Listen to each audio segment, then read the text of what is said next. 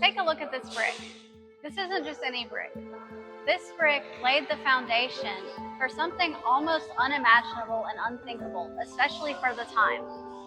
This was one of the first bricks laid for the foundation of the Trans-Siberian Railway. The future Tsar Nicholas II came all the way from St. Petersburg to the Far East in Vladivostok to lay the very first brick himself. The future Tsar passed through Siberian city Irkutsk on his way back to St. Petersburg from Vladivostok. And that is where we will begin our journey, because we aren't just talking about the Trans-Siberian Railway. We are actually going to ride it together and experience it today while exploring its history. We are here at the Irkutsk Vokzal, or train station. Get ready to board this living relic with us. Now that we've found our train, we're going to first show our passports. Next, we walk through and find our seats.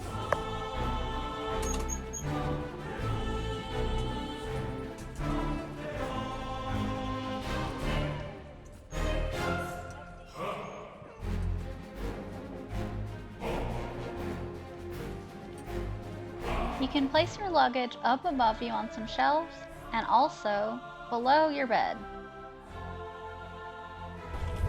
Alright, our train is officially pulling out of the Irkutsk Vokzal, and we are now embarking on a journey of the most ambitious railway project ever, and one of the most ambitious engineering projects of all time. That's a pretty bold claim. Why do I say that? Let me explain.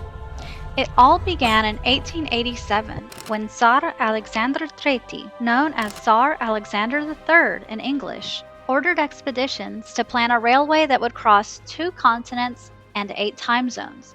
The longest railway in the world then, and still now. It would be called the Trans-Siberian Magistral, or the Trans-Siberian Railway. Russia is huge, and in the 1800s, Siberia was virtually cut off. Population was sparse, and it took months of travel to even send a message. The Tsar wanted to create a means for fast communication and travel, and also to tap into Siberia's rich resources. This railway would strategically fuel the economy, grow the population, and help hold the vast empire together with an iron spine. Construction began in 1891 under his son Tsarevich Nikolai, who would later become Tsar Nicholas II, who we know in English as Tsar Nicholas II. I want you to really imagine it's 1891. There are no modern tools, no GPS, no modern-day machinery or equipment to cut through frozen ground or tunnel through mountains. Just compasses, shovels, pickaxes, and brute strength. Siberia isn't just empty land. It consists of millions of square kilometers of taiga, seemingly endless forests so dense that you can't see the sky. There are rivers that flood in the spring and freeze solid during the winter. Over 3,000 bridges had to be built. Some of them were the largest bridges in the world at the time, in order to cross rivers like the Volga, the Ob, the Yenisei, and the Amur. Until a permanent track could be built around Lake Baikal, one of the largest lakes in the world, they ferried the trains across one at a time. Full mountain ranges stood in their path, and crews had to blast with dynamite and more often drill by hand to form tunnels. And then the permafrost, which is earth that freezes solid during the winter and turns to shifting mud in the summer. With permafrost, rails would sink, twist, and completely break apart. Engineers had to invent brand new ways to float the tracks using wooden piles or elevated beds. Even now, over 100 years later, the permafrost is still a constant battle. With modern technology, this is still challenging. In 1891, it was almost unthinkable. Tsar Alexander III insisted that this railway must be done by Russian people, with Russian materials, and with no foreign money. The sheer length is hard to grasp. The main line is 9,289 kilometers, or 5,772 miles. Almost twice the width of the United States from coast to coast, nearly 4 times the length from London to Istanbul, and long enough to nearly encircle the moon. And somehow they completed it in just 12 years, an act of unyielding will and Russian ingenuity. And over time, the Trans-Siberian Railway was expanded even further into Mongolia, China, and into Western Europe. A single railway which connects almost half the world. And here we are, over 100 years later and still enjoying the exact same line. Well, some of us are. Some of us can look depressed for hours. I can sit for hours like that. Flowers? For hours. Oh, for hours. I can depress in the train. You can look depressed for hours? Yeah, in the stupid train. Victor isn't excited by this at all. To Russian people, this is just completely mundane and boring. After everyone's settled in, the Pravodnik comes around and checks everybody's passports to make sure they're all in their right places. Thorough check. Thorough check. Smells like pee. What? It's pee stink. It smells like pee? It's pee stink. Catch a cool house. Cool. It's beautiful. Speaking of pee, I do recommend not booking a bed right next to the bathroom like we did. I will never do that again. It really did stink like pee. The trash. Here. So it's really small. There's a toilet and you flush it like this with this button. It's strange because I've never seen this before. Where you press that for the water. I'm not really sure why it smelled like pee so bad because they cleaned the bathrooms regularly. Everything was kept very clean and orderly. Let's take a look inside the train. And by the way, we're riding Platskart, which is the cheapest class on the train. In Platskart, everyone shares the space and sleeps in the same area. There is no privacy. There are, of course, other more private tickets, but they actually cost quite a bit.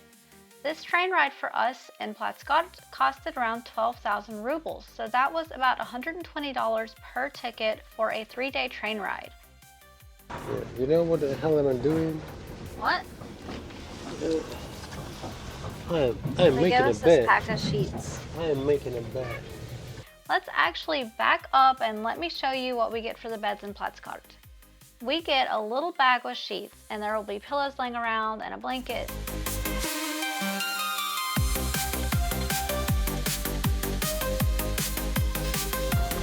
Towel?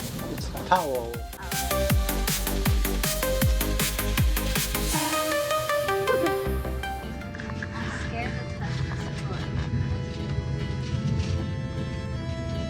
Nice, comfortable, cozy,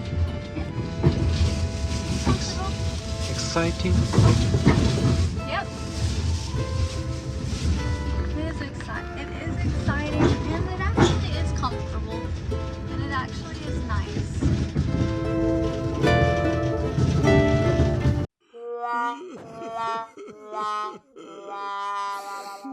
Now, you're probably wondering what we do all day and night for 3 days, or on other trips, even longer. And I'm going to show you right now. Number 1, we eat a lot. So let's walk down here to where they keep the snacks. They have the samovar, which I'll explain. Okay, so this is the samovar. It is a Russian train staple. This is where you come to get hot water. So why do you need to get hot water? Well, because Russian people have to have their tea and their coffee, and they have their little treats with their tea or coffee. They also have lapsha, which is ramen noodles, and it's also common to bring your own food. We brought buckwheat. It's a common food item in Russia. And we brought these semichki, which are sunflower seeds, and that's also something that people really commonly eat here in Russia. They also have a menu if you want to get some coffee or drinks or snacks or lapsha, and these cute cups. At every train station we stop at, they have these food kiosks, and you can get things like these hot dog, rolls, chibureki, pelmeni. Also, we really enjoyed getting to see the classic architecture of each train station along our Siberian journey.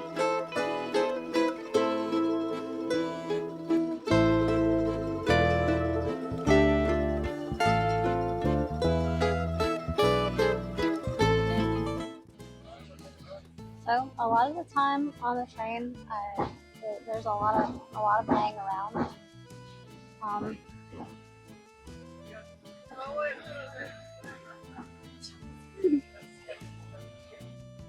Where they're at. Victor, don't scratch your arm. That's what you want to do on the video? Yeah, so as you can see, a lot of people are laying around, sleeping, even when it's daylight outside, and they'll kind of cover their bunks with these blankets, and that's the way to get a little bit of privacy. It doesn't seem to really matter whether it's day or night. People are napping, reading, or even playing games in the middle of the night, you know, not disturbing anybody, but just kind of enjoying themselves, sleeping when they feel like it, being awake and doing things when they feel like it.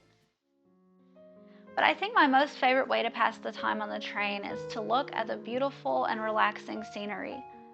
A lot of people will sit and look out of the windows, just enjoying the endless picturesque views and the calming rocking of the train. By the way, did you know there's a secret part of the railway?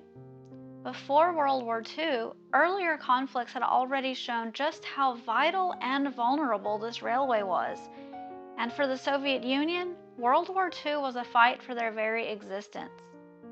Nazi Germany planned to completely exterminate the Soviets and steal their land. This railway was instrumental in the USSR's victory over Nazi Germany. The Trans-Siberian Railway made it possible to evacuate entire factories, workers, and supplies thousands of kilometers east and far away from the Nazi reach. After the war, the lesson was clear. One railway was not enough, and that's why the Baikal-Amur Main Line, or BAM, was built deeper in Siberia. It was protection just in case the unthinkable ever happened again.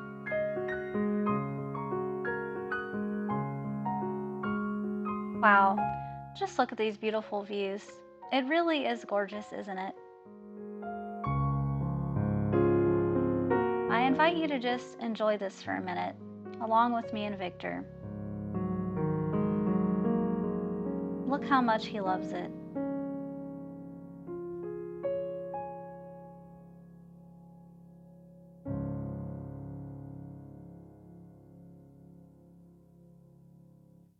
We now start to see some buildings on the outskirts of Vladivostok, the very last stop on the Trans-Siberian Railway, but also the place where it all began. Our train adventure is about to come to an end as we pull into the Vladivostok Vokzal.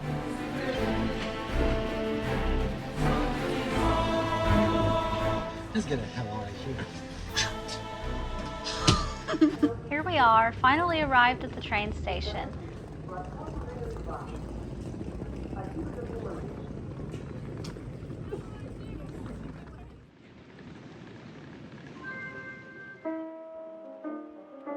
Before you go, let's take a look inside of this gorgeous train station that opened in 1893.